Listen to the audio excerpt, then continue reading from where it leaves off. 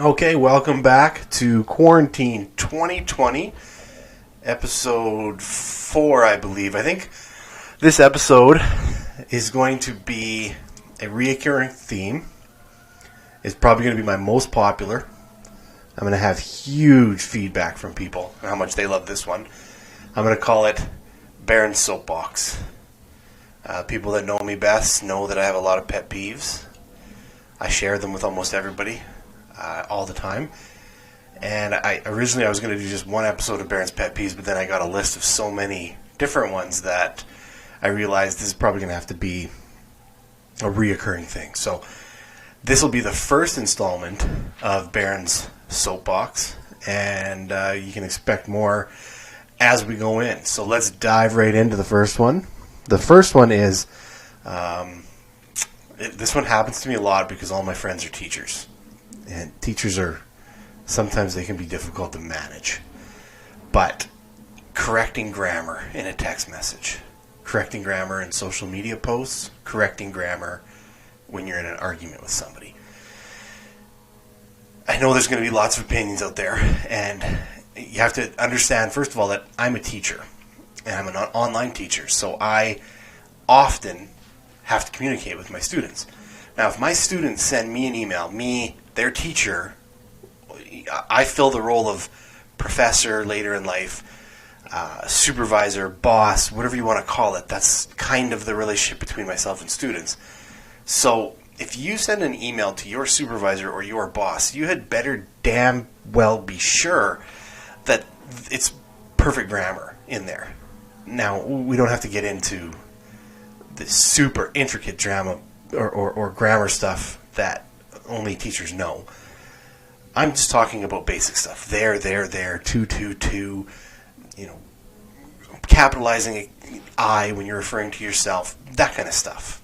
That stuff's got to be on point. When you're emailing your colleagues, your supervisors, when you're in your professional world, absolutely, you have to have perfect grammar. But I have a problem with it. If I'm sending a text message, the purpose of a text message is speed. It's about being able to send a quick message to somebody and get your message across. If your message gets across and it makes sense and it doesn't force the people to struggle trying to understand what you're saying, what does it matter if you use the wrong there? What does it matter if you spell a word wrong? 90% of the time it's an autocorrect issue anyway. The phone autocorrects to the wrong number or the wrong letter. I have fat fingers. Half the time I text a 5-letter word, I get 4 of the letters wrong. So, and all my teacher friends that I'm in text chats with, I constantly I got to correct it really quick. I got to asterisk, oh, sorry. I didn't mean to say then. I just meant to say the, because in their brains they honestly can't function anymore. They see the incorrect word and that's it. They're done. They can't function anymore. They can't even read what you just wrote because they've got to red pen that. They got to circle it with a red pen and they've got to let you know, well, you spelt that wrong. It's very annoying. It's very frustrating. And I've had this conversation with them many, many times, and they now they do it just to aggravate me because they know it's going to aggravate me. But it's a text message. It's meant to be shorthand. It's meant to be fast. If you could use your context clues, and because you're a teacher, I'm sure you probably can because you're an educated person, you can probably use your context clues to figure out what that spelling error was. With the exception of the really funny ones. When I do play-by-play, text play-by-play for my daughter's hockey team, sometimes instead of writing shot, I'll write shit. It'll autocorrect to shit or, something like that. So, in those situations, people reply back and it's really funny. Yeah, I get it. But the annoying ones where you absolutely have to correct somebody's grammar, it's just so you can be condescending. I'm pretty sure, as an educated person, if I went back and reread that text, I can figure out I used the wrong there or to. It doesn't happen very often because I think I'm pretty good with my grammar. Mine is more autocorrect mistakes. But the second one is social media posts. Yeah, you know what? You kind of look dumb if you make a post in social media with grammatical issues. I've seen one today where a guy was calling out teachers for being lazy and irrelevant, and they're the same. A computer screen can do what teachers can do, and he used the wrong there. If you're going to call out somebody, if you're going to call out an educated profession, you should probably have correct grammar. But if you're replying to the comments of that person's, and you just going down to troll, and you're making comments and you use some incorrect grammar, again, you could probably figure out what the person's trying to say. Correcting somebody's grammar in that field is really not beneficial. And the last one that's an absolute no-no, as far as I'm concerned, to correct grammar, is if you're in an argument with somebody, especially if you're in an argument with somebody online.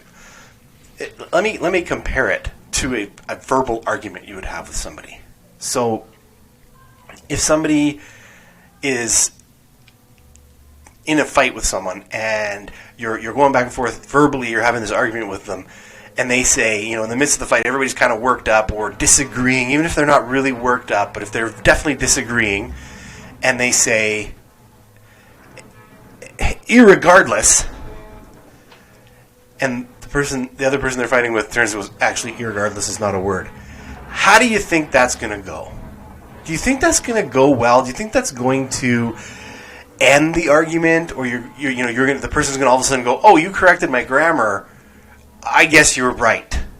It's not. All it's done is to be condescending, and it's exactly the same in the online world. I'm in a lot of Discord groups, and I've been a part of and read through many, many fights in Discord, and there is nothing lamer than being in the middle of an argument trying to make a point, and someone uses the wrong "to," and you go in and you correct their "to." It's really ridiculous. It's lame. It's not getting your point across. You're not winning. All you're doing is showing that you don't have the capacity to stay focused on what the topic is, and you're trying to use outside influences to prove whether or not you're right or you're wrong. Okay, that pretty much covers the correcting people's grammar. You know what? You teachers out there, you get paid to correct people's grammar. Do it at your job. Stop doing it outside in the real world. This is a little bit of advice from somebody who's a teacher. Chill out. Okay? The second Baron's Soapbox topic from today is people that act like the world is ending just because somebody disagreed with them. Now, I know this may seem a little bit hypocritical coming from people who know me well. I enjoy argument. I don't enjoy fighting. I don't enjoy negative conflict. But disagreeing with somebody, I have an ongoing battle with somebody at work about who's a better hockey player, Mark Messier or Wayne Gretzky. Anybody who knows anything about hockey knows that Wayne Gretzky was a better hockey player. And he's flipped the question a few times here and there. Who would you rather have on your team? You take 99 every time. But we've had that conversation over and over and over again, and we disagree, and we continue to disagree. And you know what? The world continues to turn. Everything, works out just fine. It's just a disagreement.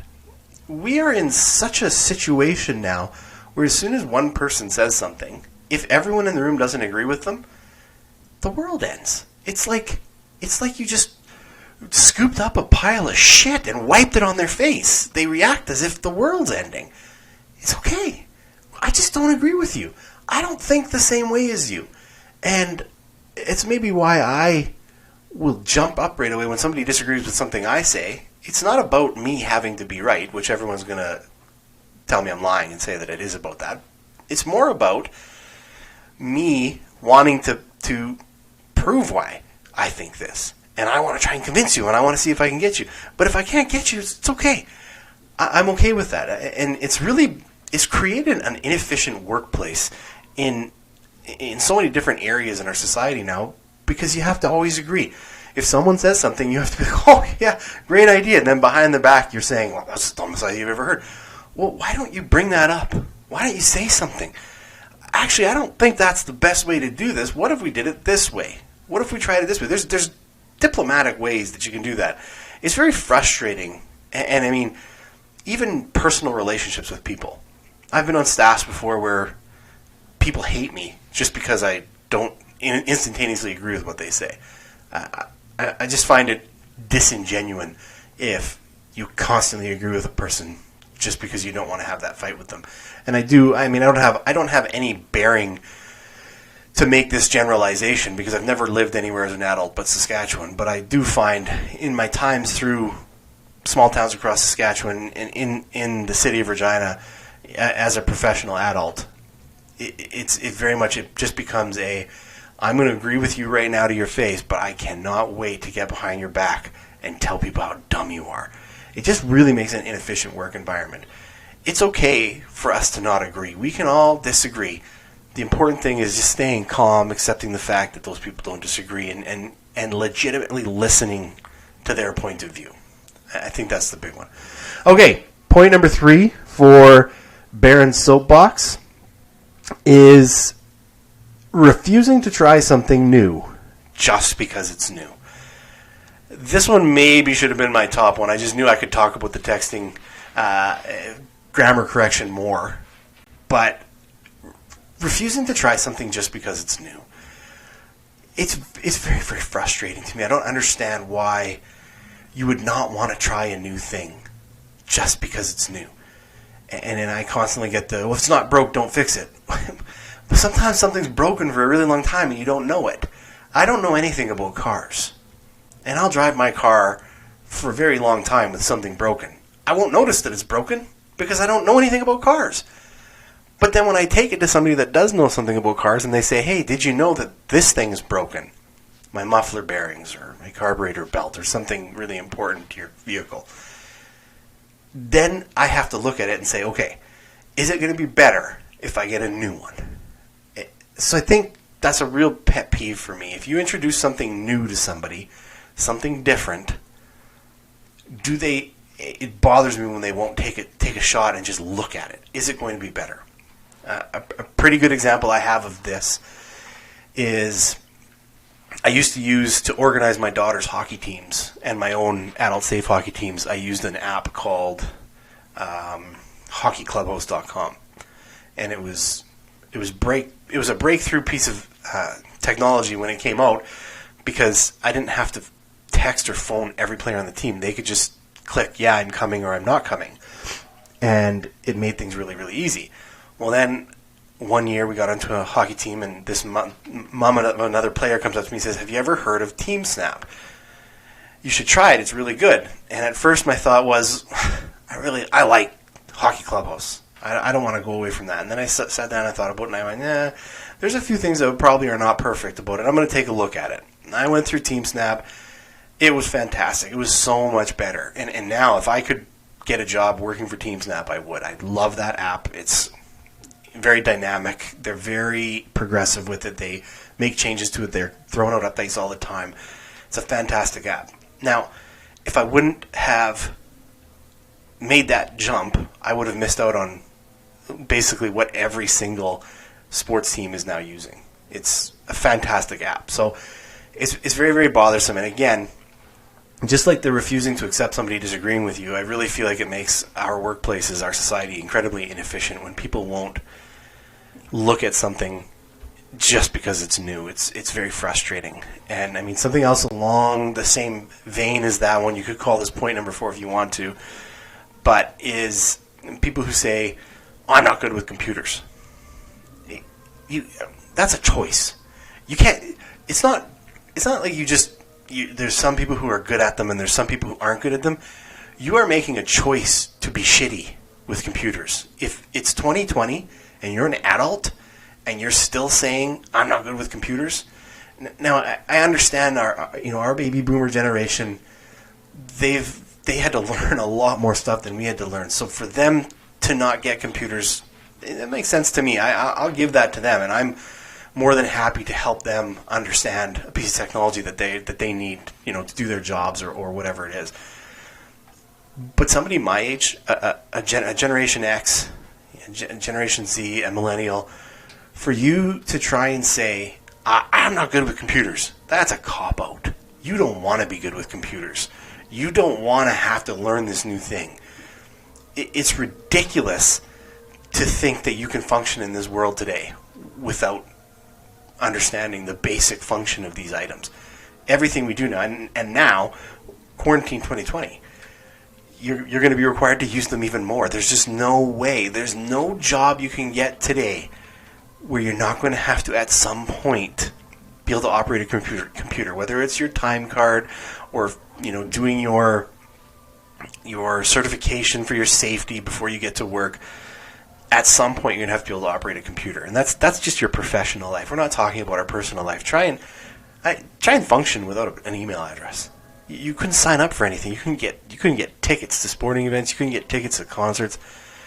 It's a cop-out. If you're still saying, I don't like computers, it's 100% a cop-out. I didn't get as worked up about that one as I thought I would.